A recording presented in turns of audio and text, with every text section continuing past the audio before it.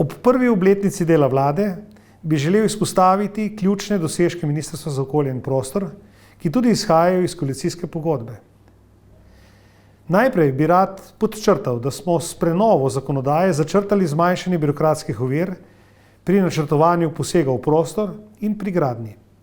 Z namenom hitrejšega razvoja ob upoštevanju okoljskih standardov smo sprejeli interventni zakon za odpravo ovir pri izvedbi pomembnih investicij ter pripravili prenovo gradbene in prostorske zakonodaje.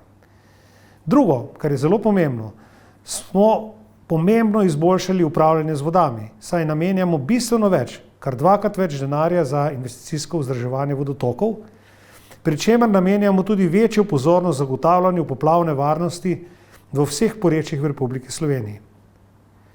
Pomembna je tudi naloga hitrejše sanacije aktualnih plazov.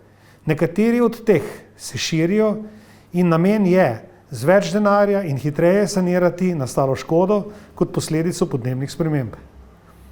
Zelo pomembna je tudi podpora gradnji sistemov odvajanja odpadnih voda in s čistilnimi napravami in zagotavljanje novih vodnih virov tam, kjer je vodooskrba najbolj problematična.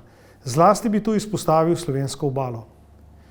Zelo pomembni so tudi ukrepi na področju stanovanjske gradnje.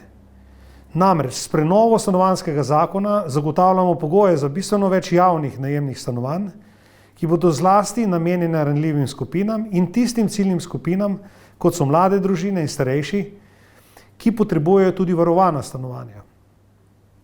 Ravnotežje med razvojem in skrbjo za varovanje okolja je naše poslanstvo, ki ga bomo odgovorno nadaljevali preko vseh sistemskih rešitev.